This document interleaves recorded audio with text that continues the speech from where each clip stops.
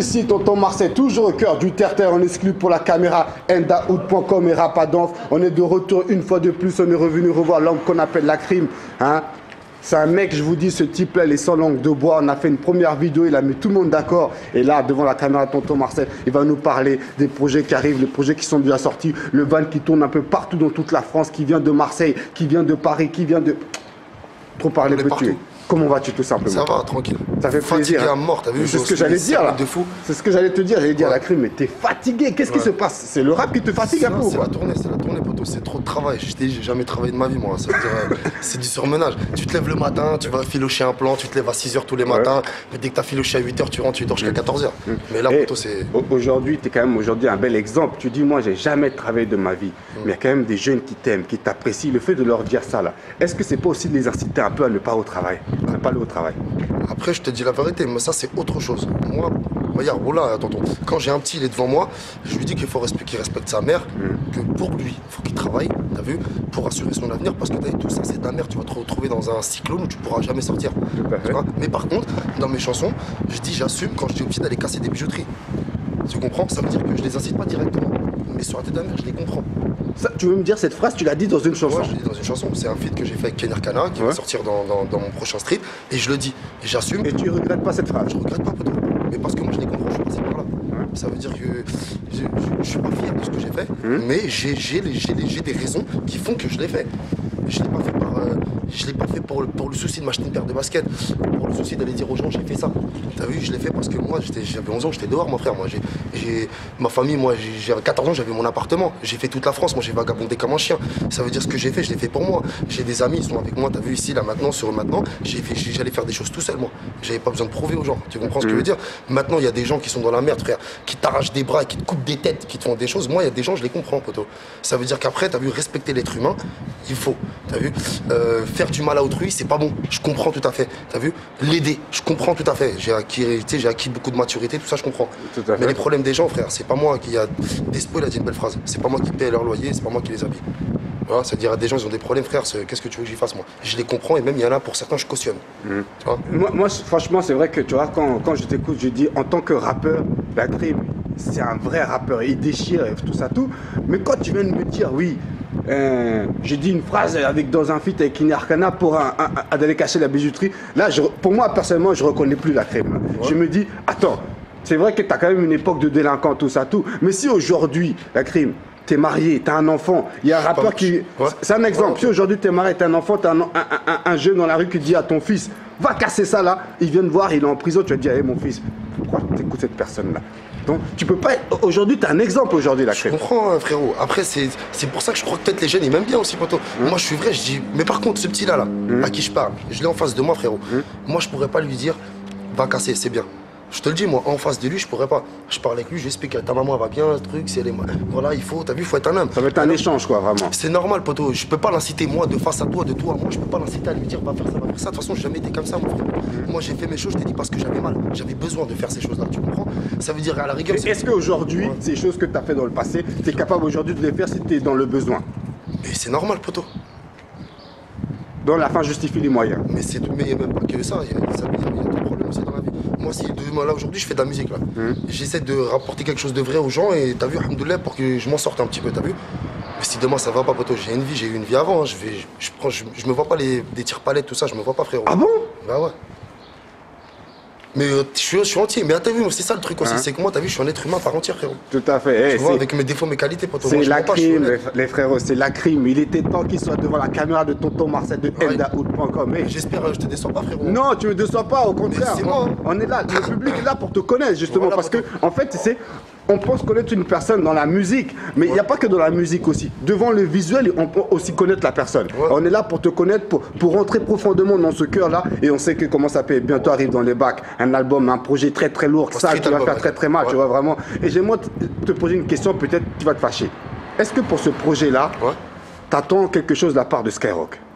C'est-à-dire?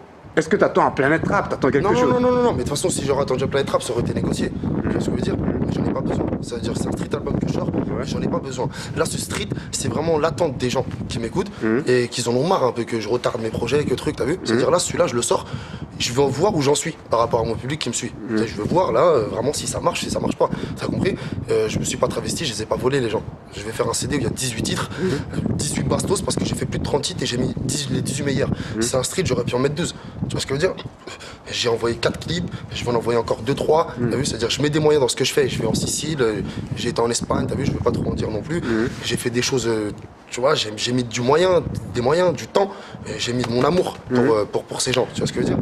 Trop parler peut tuer, mon frère la crime. Attends, dans ce feat là, juste sur le wagon qui traîne un peu partout, le van qui traîne un peu partout dans la France, il y a Kenny Arcana, il y a Rimka, il y a pas mal de rappeurs, tout ça tout, et des grosses têtes d'affiches, tout ça tout, et tu veux me dire que c'est un street album banal comme ça. Ouais, c'est un street album. Attends, mais alors tu vas me dire si tu prépares un album, tu vas me ramener qui alors? Non, après c'est. Tu vas me ramener du Booba, du Rof, du Sefiu, Non, c'est personnel après l'album, je pense déjà. Ouais. C'est plus personnel. Tu te lâches plus sur les autres projets. Après l'album, c'est personnel. Mais t'as vu Kenny Arcana, Laura Luciano, Rimka du 113, c'est mes affinités que j'aime depuis que je suis petit.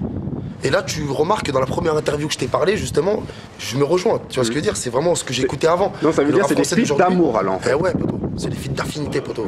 T'as vu, Rimka, je l'écoute depuis que je suis petit. Kenny Arcana, elle est dans le sang. Et Laura Luciano, je t'explique même pas. Et Mister You, frère, c'est la famille. C'est un rappeur, c'est un kicker. Et de toute façon, si je serais pas rappeur, je te dirais, il est best tous.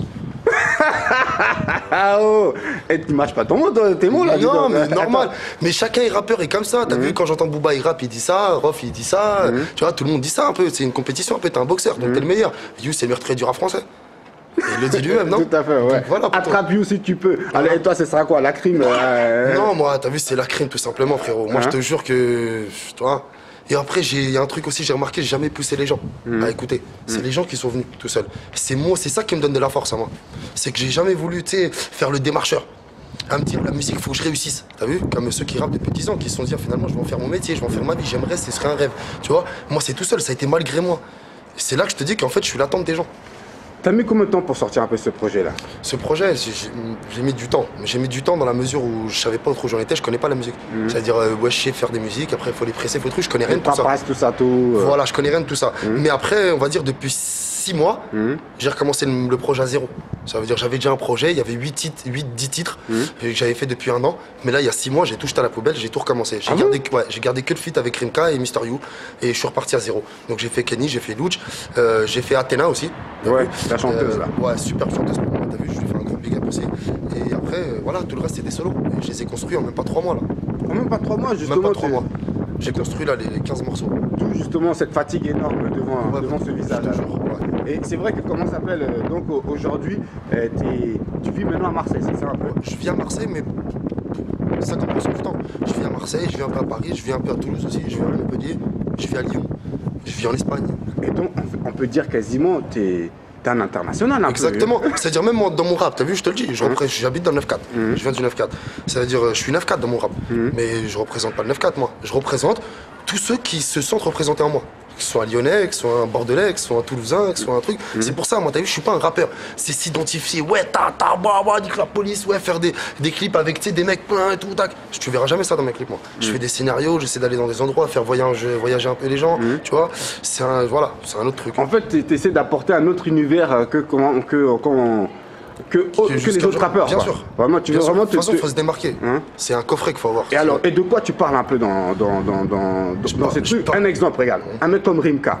De quel sujet tu peux aborder avec lui en featuring? Dans le morceau que j'ai fait avec lui, déjà c'est Rimka, moi et Mister You. Ouais. C'est-à-dire on est 3 sur le morceau. Ouais. Et après là, ça a été un morceau un peu ego trip. Ça a été un morceau de 3 râle-bouche quoi. T'as vu, on a voulu faire un petit classique de la rue.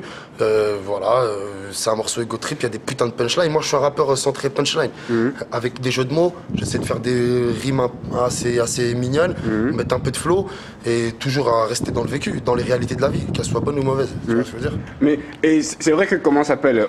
Comme tu dis, on voit aussi le roi Luciano, on dit quasiment le meilleur rappeur de France, tout ça, tout. Et on dit il va sortir des projets, il sort pas des projets, il va sortir des projets. Qu'est-ce qui a fait que toi, tu es parti le chercher, en sachant que tu vis aussi un peu à Marseille, pour qu'il se retrouve sur ce projet, le tien par exemple? Je t'ai dit, poto, c'est-à-dire c'est mon amour que j'ai. Pourtant, il est difficile à attraper, lui, un peu. Ouais, il est difficile à attraper. Il est un peu comme toi, justement. Mais il est comme moi, poto. C'est la même chose. C'est pareil, sur le camp, c'est exactement la même.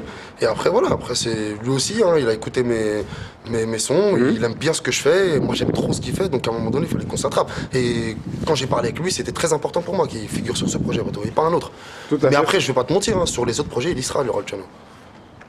Ah, donc ça veut dire que c'est pour. C'est du long terme alors. C'est une rencontre de long terme alors. Laura Luciano, c'est.